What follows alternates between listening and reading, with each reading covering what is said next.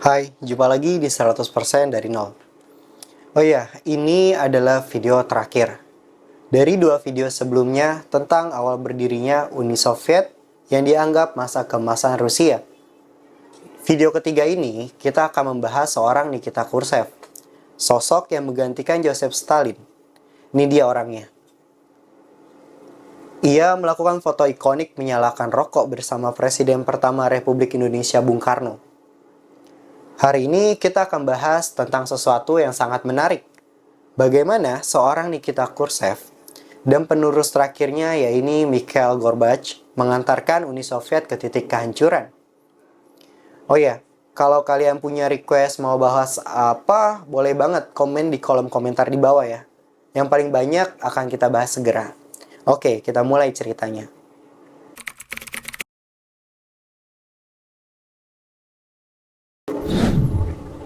Setelah Stalin meninggal, Nikita Khrushchev naik menggantikan dirinya. Dan seperti yang sudah gue singgung di video sebelumnya, bahwa Khrushchev juga tak senang dengan kepemimpinan seniornya yaitu Joseph Stalin. Dia merombak seluruh kebijakan.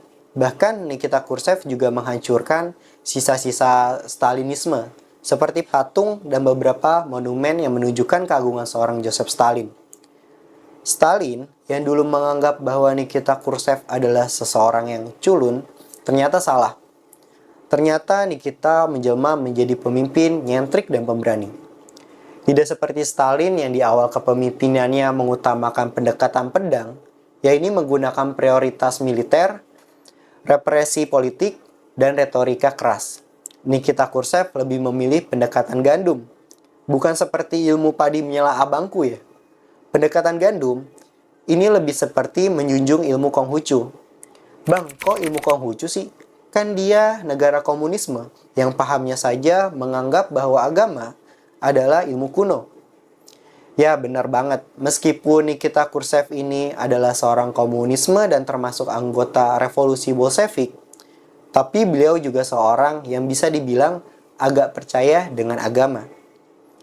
Meskipun tidak pernah menunjukkannya secara langsung ya. Nah, ilmu gandum yang gua maksud menurut Konghucu, elemen pendiri negara tuh ada 3. Yang pertama itu militer, makanan, dan kepercayaan warganya. Jika ada yang harus dikorbankan, pertama dari 3 elemen tersebut ialah pertama militernya. Yang kedua baru makanannya. Dan rakyat adalah pilihan terakhir. Tidak seperti dua pendahulunya, Lenin dan Stalin yang mengorbankan rakyat terlebih dahulu. Nikita sadar itu salah. Karena mau sebanyak dan sekuat apapun makanan dan militer yang dimiliki, ketika kepercayaan rakyat yang dikorbankan itu, semua hanyalah sia-sia. Maka dari itu, Nikita Khrushchev membuat kebijakan yang mengutamakan ketahanan pangan, yaitu gandum. Terlihat baik kan? Di era tersebut, Nikita Khrushchev juga sadar akan kemajuan ilmu pengetahuan dan teknologi. Seperti yang dikutip dari Science and Technology, Uni Soviet mengembangkan satelit pertama di dunia yang diberi nama Sputnik yang diluncurkan pada 1957 di Kazakhstan. Memang pada akhirnya ilmu pengetahuan dan teknologi dikembangkan untuk kepentingan militer. Karena ia juga percaya kepada perkataan Lenin, negara tidak akan pernah maju apabila bidang teknologi tak ikut berkembang. Di sini pelajaran yang dapat kita ambil adalah mau sebenci apapun para pemimpin dunia yang sekarang kepada pendahulunya, mereka tetap mengambil nilai-nilai yang diajarkannya demi kepentingan negara tersebut tentunya. Semoga pemimpin Indonesia juga dapat menerapkan hal yang sama. Dan bukan hanya mementingkan dirinya, terhitung dari 5 divisi yang dibangun oleh Nikita Khrushchev demi kemajuan Uni Soviet dalam bidang ilmu pengetahuan kala itu, ya ini ada fisika energi, kedokteran, matematika, metalurgi, dan teknologi militer. Meski ya harus diakui dengan birokrasi yang kaku yang menyebabkan sedikit agak terbelakang dari Amerika sebagai rivalnya. Namun, nyatanya Uni Soviet bisa dibilang cukup berhasil untuk menyaingi Amerika dan mandiri dalam bidang militer dan teknologi kala itu.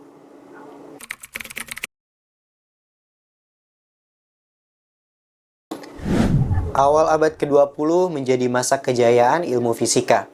Coba sebut saja nama-nama besar ilmuwan yang melegenda. Semua hidup pada satu garis waktu yang bersamaan di masa itu. Namun, tak ada yang lebih berbahaya dari dua nama pemecah masalah fisika atom, yang membuat senjata pemusnah massal yang kita kenal sebagai bom atom.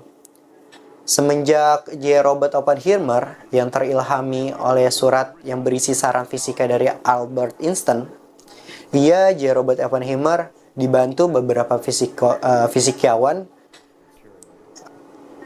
di Project Manhattan berhasil menciptakan senjata pemusnah massal yang diberi nama Little Boy dan Fat Man, yang dapat menghancurkan dan meluluhlantahkan Hiroshima dan Nagasaki. Membuat Uni Soviet selaku negara adidaya pesaing Amerika Serikat merasa gelisah melihat kehancuran ditimbulkan tersebut. Joseph Stalin memerintahkan mata-mata elitnya di KGB untuk memata-matai Amerika dan mencuri formula bom atomnya. Kemudian, hanya dalam waktu singkat, yaitu sekitar 4 tahun, Uni Soviet berhasil menguji coba bom atomnya sendiri di Kazakhstan. Dan yang lebih gilanya lagi, mereka berhasil membuat bom atom yang diberi nama Tsar Bomba, yang kekuatannya jauh berkali-kali lipat. Diperkirakan kekuatan Tsar Bomba itu adalah 1.500 kali lebih besar dibandingkan bom Fat Man. Secara nggak langsung, Joseph Stalin menyuarakan kepada Amerika dan sekutunya, jika berani macam-macam dengan Uni Soviet, mereka akan merasakan dampak yang berkali-kali lipat dari apa yang mereka lakukan terhadap Jepang. Uni Soviet merasa Amerika dan sekutunya selalu menyudutkan Uni Soviet karena luas dan besarnya wilayahnya. Wilayahnya itu jadi dianggap ancaman oleh Amerika. Dan agar ekonomi industri alutsista mereka tetap jalan, Amerika seolah butuh musuh pasca berakhirnya Perang Dunia II. Dan musuh itu adalah Uni Soviet. Dengan begini, yang ditakutkan oleh seluruh umat manusia, yang mungkin akan dirasakan beberapa dekade ke depannya adalah ketakutan perang nuklir yang ditimbulkan oleh dua raksasa kala itu. Bahkan sampai sekarang masih terasa dampaknya. Dan nampaknya kedua kubu paham akan dampak kerusakan massal apabila mereka melakukan perang secara langsung. Itu sebabnya mereka melahirkan sejarah dengan perang politik yang disebut Perang Dingin. Meskipun Stalinlah yang membuat Uni Soviet memiliki kartu as, yang membuat negaranya diperhitungkan di kancah internasional, namun Nikita Khrushchevlah yang berhasil memainkan kartu as dengan berani di Perang Dingin.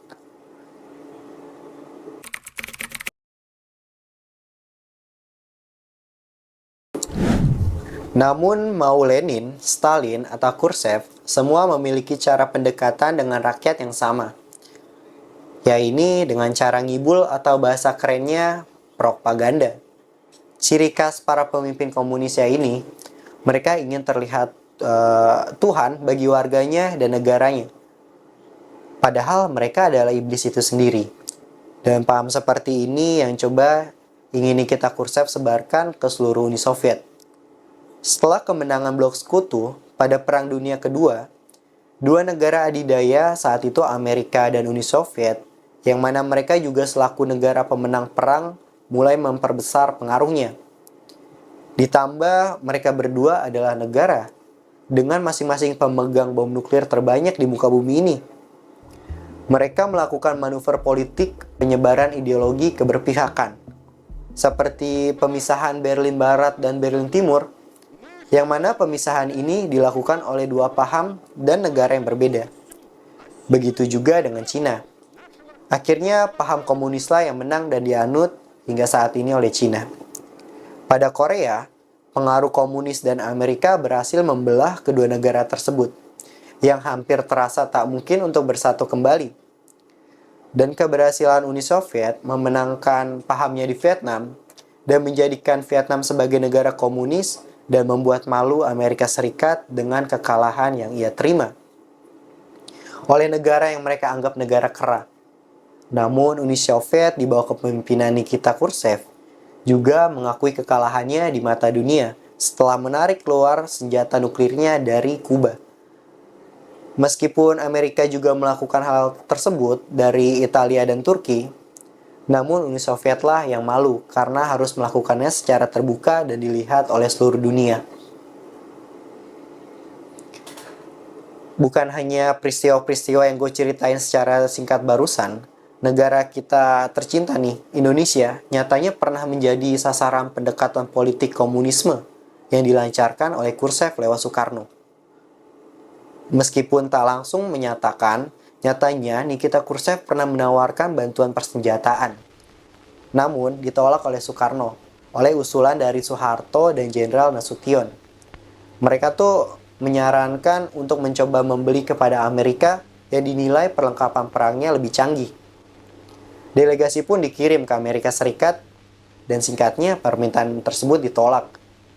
Karena konflik Indonesia dengan Belanda, serta mendesaknya Indonesia yang membutuhkan persenjataan perang untuk menghadapi Belanda yang menuju Irian Barat dengan kapal-kapal perangnya, Indonesia harus menelan ludahnya sendiri. Yang sebelumnya menolak bantuan persenjataan dari Uni Soviet, kini harus membeli persenjataan yang diantaranya beberapa tank milik Uni Soviet. 20 kapal selam, beberapa kapal perang tingkat rendah maupun tingkat jelajah. Seperti kapal perang TNI Irian Barat dan pesawat tempur lainnya, perlengkapan tersebut dicicil selama 20 tahun dengan suku bunga 2,5%. Dan tentunya dengan beberapa kebijakan yang diatur oleh Uni Soviet, karena pemeliharaan dan suku cadang hanya dapat dibeli di negara Palu Arit tersebut. Dan membuat Indonesia kala itu menjadi terkuat dari bumi bagian selatan loh. Bayangkan seberapa hal ini yang Nikita Khrushchev menaruh perhatian kepada Indonesia dan membuat Indonesia di zaman itu mendapat julukan tersebut.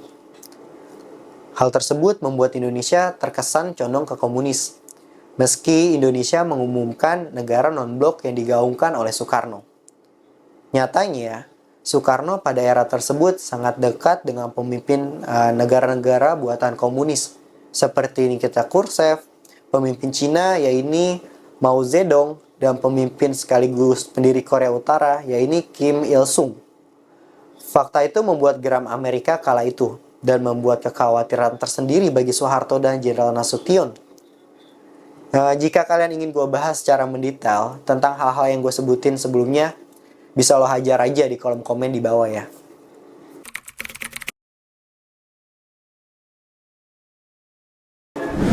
Karena Nikita Khrushchev dianggap lebih mementingkan agenda luar negeri demi penyebaran ideologi komunisme dan memfokuskan anggaran pemerintah terhadap perang dingin yang sedang ia laksanakan, Nikita Khrushchev digulingkan. Untuk melihat kenapa Nikita Khrushchev digulingkan, kita harus tarik kembali ke awal. Tadi gue sudah mention dia melakukan penghapusan kebijakan besar-besaran eranya Stalin. Namun bukan hanya itu, ia menghancurkan simbol-simbol yang berhubungan dengan para pendahulunya.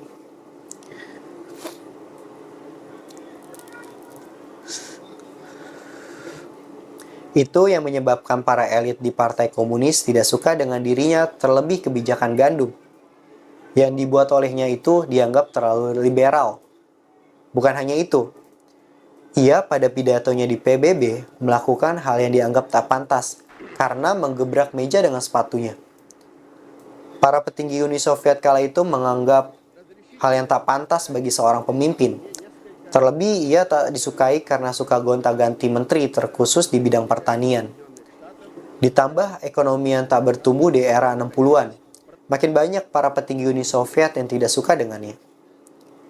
Dan pada Oktober 1964, ia akhirnya digantikan dengan muridnya, Leonid Ilyich Brezhnev.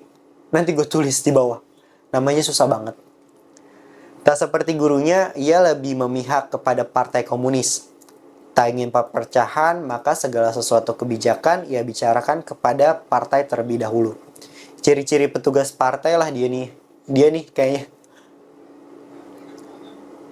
Dan ia berusaha mengembalikan paham komunis yang sudah agak pudar di tangan Khrushchev dan kembali kepada pedoman Leninisme. Ia sebisa mungkin menghentikan liberalisasi yang dulu pernah Khrushchev bangun dengan sesegera mungkin.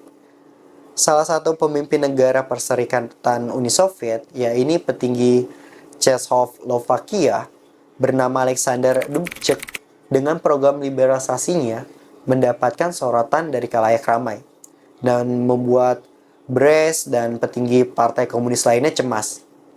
Alhasil, ia diturunkan paksa dan dihapus kebijakannya di Czechoslovakia. Kemudian memperingatkan negara-negara perserikatan lain untuk tidak macam-macam dan mengikuti jejaknya. Alhasil, seperti pada saat era Lenin dan Stalin yang menerapkan segala sesuatu secara komunisme, membuat stak ekonomi kembali dimulai sampai berlanjut ke penerusnya. Brezhnev yang wafat pada 1982, lalu ia digantikan oleh Yuri yang dianggap pintar dan mumpuni. Namun tak lama juga wafat di tahun 1984. Alhasil banyak programnya yang meskipun bagus namun tak terlaksana. Akhirnya ia digantikan oleh Konstantin yang juga wafat di tahun 1985. Karena beberapa komplikasi penyakit akibat kebiasaan yang suka merokok dari umur 9 tahun. Dan baru setelahnya Mikhail Gorbachev maju dan dianggap sebagai sosok pemuda harapan Uni Soviet.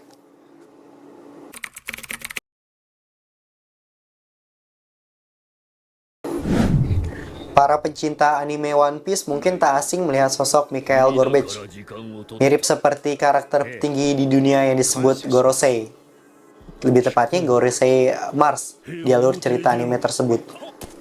Mungkin Oda Sensei terinspirasi oleh sosok Mikhail Gorbachev ini kali ya. Mikhail Gorbachev adalah anak desa yang berprestasi dan bisa dibilang petinggi Uni Soviet yang paling lembut dan murah hati. Dia menjadi pemimpin Uni Soviet yang paling toleran meskipun ia berpaham komunis yang cukup kuat. Namun ia percaya bahwa tak semuanya harus mengikuti paham komunisme. Alhasil ini menjadi celah bagi para kaum revolusi. Di tiap-tiap negara perserikatan memberontak dan ingin memerdekakan negaranya masing-masing. Dikarenakan Uni Soviet sekarang bukan lagi Uni Soviet di era dulu, yang permasalahannya selalu kelaparan dan kemiskinan. Namun, faktanya di era ini banyak perpecahan di tiap negara perserikatan yang tak tahan dengan ideologi komunisme dan ingin merdeka. Karena statement itulah Mikhail Gorbachev menjadi sasaran bulan-bulanan seluruh lapisan, baik dari petinggi kaum komunisme, petinggi kaum liberalis, dan masyarakat yang cinta akan Uni Soviet, menganggap Mikhail Gorbachev pemecah Uni Soviet dan terlalu lembut. Hal ini yang membuat Mikhail Gorbachev menjadi kena mental dan menjadi gugup serta tak banyak melakukan kebijakan di era kepemimpinannya. Alhasil, setelah kerusuhan di mana-mana dan banyak negara perserikatan yang meminta memerdekakan diri serta didukung oleh PBB dan of course Amerika sebagai musuh Uni Soviet mendesak agar Uni Soviet melepaskan daerah jajahannya. Akhirnya Uni Soviet pun tak lagi bisa bertahan dan runtuh pada tahun 1991. Setelah keruntuhan Uni Soviet, banyak warga negara di berbagai negara tidak ingin menganut paham tersebut. Karena kegagalan negara penganut sistem tersebut, ya ini Uni Soviet. Dan yang dapat diambil dari trilogi video kita di atas, ialah tak selamanya apa yang menurut kita baik akan baik bagi semuanya. Terkadang kita harus mendengarkan sisi lainnya agar semua terasa humanis. Thank you. See ya.